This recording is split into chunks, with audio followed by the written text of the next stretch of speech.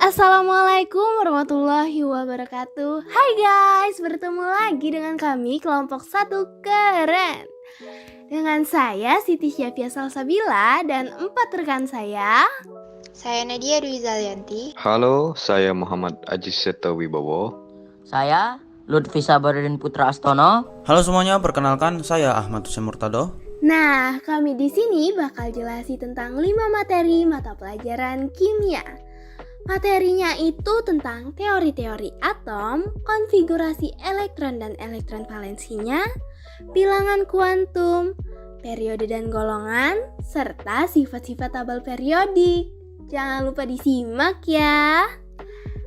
Untuk materi pertama kita yaitu teori-teori atom yang bakal dijelasin sama saya Ahmad Hussein Murtado. Jadi yang pertama itu adalah teori-teori atom. Jadi teori atom itu ada 5. Yang pertama teori atom Dalton, teori atom Thomson, teori atom Rutherford, teori atom Bohr, dan teori mekanika kuantum. Di sini kita akan memfokuskan di teori atom mekanika kuantum.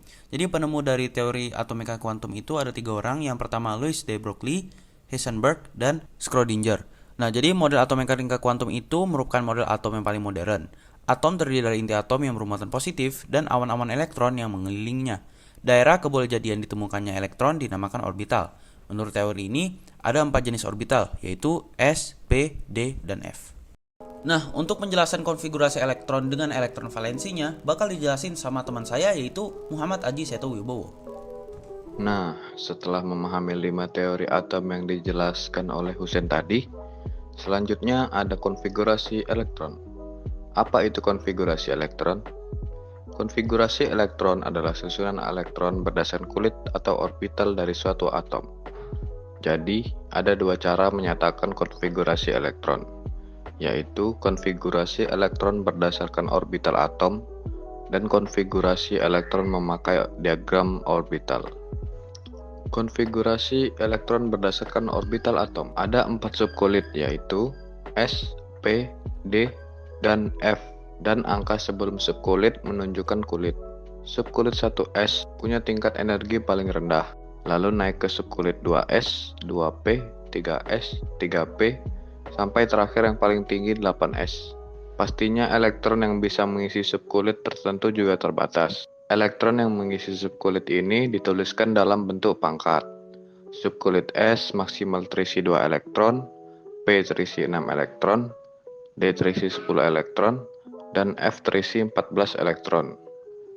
Saat menuliskan konfigurasi elektron, kita harus menuliskannya secara urut berdasarkan tingkat energi subkulit dari yang terendah ke tertinggi. Konfigurasi elektron memakai diagram orbital. Suatu subkulit punya sejumlah orbital. Orbital itu digambarkan sebagai persegi dan berisi garis tengah panah yang mewakili elektron. Subkulit S punya 1 orbital, P punya 3 orbital, D punya 5 orbital, dan F 14 orbital. Jadi, untuk menentukan konfigurasi elektron, yang perlu kita lakukan adalah menuliskannya sesuai dengan jumlah elektron yang ada di sini. Semisal 12 Mg berarti 1 S2, 2 S2, 2 P6, dan 3 S2. Stop di sini karena jumlah elektron sudah sesuai dengan yang di sini, yaitu 12. Untuk penjelasan bilangan kuantum akan dijelaskan oleh Nadia. Saya di sini akan menjelaskan contoh dari bilangan kuantum. Nah, contoh yang pertama itu adalah 12 Mg. Yang pertama kita cari itu adalah konfigurasi elektronnya dulu. Nah, konfigurasi elektron dari 12 Mg itu adalah 1s2, 2s2, 2p6, dan yang terakhir adalah 3s2. Nah, yang kita ambil adalah 3s2 atau konfigurasi yang elektron yang terakhir.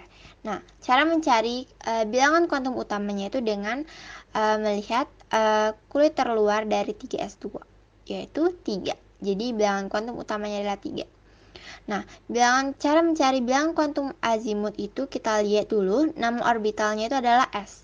Nah, dan S itu bernilai 0, jadi kita tulis azimut sama dengan 0. Oke, dan cara mencari magnetiknya karena azimutnya itu 0, jadi orbitalnya tuh hanya satu kotak. Dan cara melihat arah panahnya itu kita lihat dulu. Elektron valensinya itu adalah bernilai 2. Jadi kita tulis arah panahnya ke atas dan ke bawah. Dan magnetiknya 0. Nah, cara mencari spinnya itu dengan kita melihat arah panahnya itu yang terakhir itu adalah ke bawah. Jadi bilangan kuantum spinnya itu adalah -1/2. Kalau yang terakhir arah panahnya ke atas, jadi spinnya itu +1/2. Tapi karena ini arah panahnya ke bawah, jadi spinnya -1/2. Nah, contoh yang kedua itu adalah 26 Fe. Yang pertama kita cari adalah konfigurasi elektronnya. Nah, konfigurasi elektron dari 26 Fe itu 1s2, 2s2, 2p6, 3s2, 3p6, 4s2, dan yang terakhir adalah 3d6.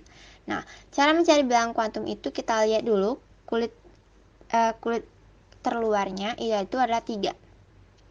Nah, cara mencari bilangan kuantum azimutnya itu kita lihat nama orbitalnya yang terakhir itu adalah D. Nah, dan D itu bernilai 2. Jadi kita tulis di sini bilangan kuantum azimutnya itu adalah 2. Nah, magnetik itu kita lihat karena azimutnya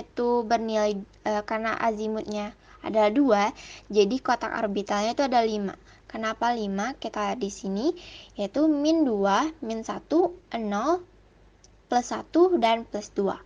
Nah, kita lihat dulu elektron valensinya itu adalah 6. Jadi kita tulis di sini arah panahnya sebanyak 5 kali dan arah panah ke bawahnya 1 kali.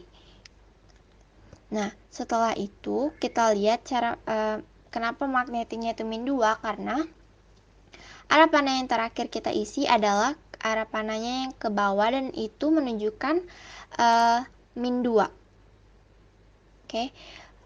Dan quantum spinnya itu kita lihat arah panah yang terakhir kita isi itu adalah ke bawah. Jadi bilangan quantum spinnya itu adalah -1/2. Sekian dulu penjelasan saya. Terima kasih. Setelah ini itu masih ada pembahasan tentang periode dan golongan yang akan dibawakan oleh Siti Safia. Yuhu, balik lagi sama aku nih. Jadi kali ini aku dapat bagian buat jelasin tentang periode dan golongan. Tahu nggak sih, periode dan golongan itu udah ditentuin berdasarkan 2 lajur. Ada lajur horizontal yang disebut periode, yang disusun berdasarkan kenaikan nomor atom, dan lajur vertikal yang disebut golongan, yang disusun berdasarkan kemiripan sifatnya. Sebagaimana sistem periodik modern sekarang yang terdiri atas 7 periode dan 8 golongan. Tapi golongan ini dibagi lagi jadi 8 golongan A dan 8 golongan B. Golongan A itu disebut dengan golongan utama dan golongan B itu disebut dengan golongan transisi. Golongan ini juga dapat ditandain dengan bilangan 1 sampai dengan 18 secara berurutan dari kiri ke kanan. Kalau pakai cara ini, unsur transisi terletak pada golongan 3 sampai dengan golongan 12. Dan pada periode 6 dan 7 terdapat masing-masing 14 unsur yang disebut unsur-unsur transisi dalam, yaitu unsur lantanida dan aktinida. Semua unsur-unsur transisi dalam ini termasuk ke golongan 3B. Tapi unsur lantanida pada periode 6 golongan 3B dan unsur aktinida pada periode 7 golongan 3B. Lalu, untuk penempatan unsur sini juga ada di bagian bawah tabel periodik loh. Karena alasan teknis, biar daftarnya nggak terlalu panjang. Tadi udah dijelasin kan tentang konfigurasi elektron sama bilangan kuantum. Sekarang aku bakal jelasin tentang periode dan golongan.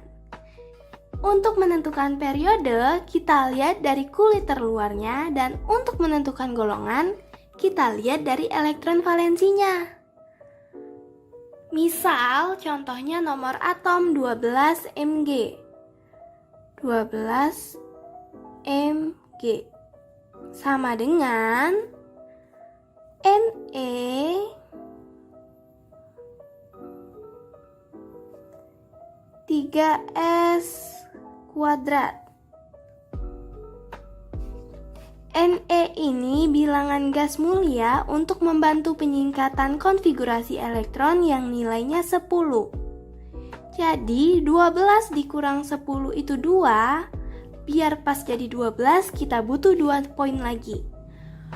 2 poin lagi kita tambahin 3S pangkat 2. Ini.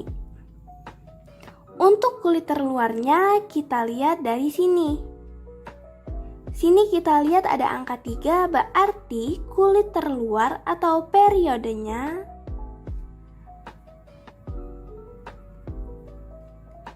tiga. Dan untuk menentukan golongannya, kita lihat dari sini. Golongannya berarti 2. Buat tahu ini golongan 2A atau golongan 2B, kita lihat dari sini. Karena ini berakhir di bilangan S, berarti itu golongan 2A. Lanjut lagi ke contoh selanjutnya, ada 26 Fe.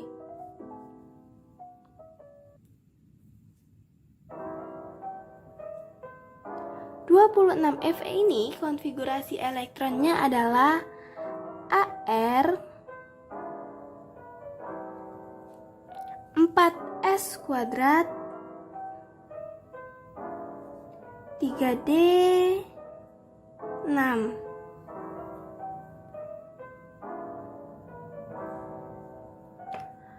AR ini nilainya 18. 26 dikurang 18 itu 8. Jadi biar pas jadi 26 kita butuh 4S kuadrat dan 3D 6.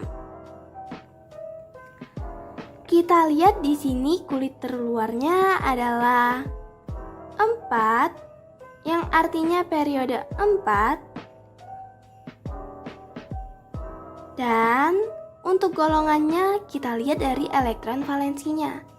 Di sini ada 2 dan ada 6. Kita tambahkan sama dengan 8. Berarti ini terdapat di golongan 8. Kita lihat lagi untuk menentukan ini golongan 8A atau golongan 8B. Kita lihat dari sini. Ini berakhiran di S dan D. Untuk yang berakhiran di S dan D itu berarti berakhir di golongan B. Jadi ini periode 4 golongan 8B. Sekian contoh dari aku. Wassalamualaikum warahmatullahi wabarakatuh. Nah, sekarang yuk kita lanjut ke materi selanjutnya yang bakal dijelasin sama si Lutfi nih. Nah, ini dia ringkasan sifat tabel periodik unsur. Pindah dari kiri ke kanan. Jari-jari atom menurun, energi ionisasi meningkat, afinitas elektron secara umum meningkat, kecuali afinitas elektron gas mulia mendekati 0. Elektronegativitas meningkat, logam meningkat, dan non-logam menurun. Titik leleh dan titik didih, golongan 1A sampai 4A meningkat, golongan 5A sampai 8A menurun. Pindah dari atas ke bawah. Jari-jari atom meningkat, energi ionisasi menurun, afinitas elektron umumnya menurun, menuruni grup. Elektronegativitas menurun, logam meningkat, dan non-logam menurun. Titik leleh dan titik didih. Golongan 1A sampai 4A menurun, golongan 5A sampai 8A meningkat. Jari-jari atom, jarak dari inti atom sampai kulit terluar. Energi ionisasi, energi yang dibutuhkan untuk melepas. Afinitas, energi yang dibutuhkan untuk menerima. Keelektronegatifan, suatu ukuran kemampuan atom untuk menarik dalam suatu ikatan kimia. Sifat logam, sifat yang terkait dengan dua sifat atomik, yaitu energi ionisasi dan afinitas elektron. Titik leleh, suhu ketika tekanan uap zat sama dengan tekanan zat cair. titik didih. Suhu ketika tekanan uap zat cair sama dengan tekanan di sekitarnya. Sekian dulu nih dari kelompok kami. Sampai jumpa di lain waktu. Wassalamualaikum warahmatullahi wabarakatuh.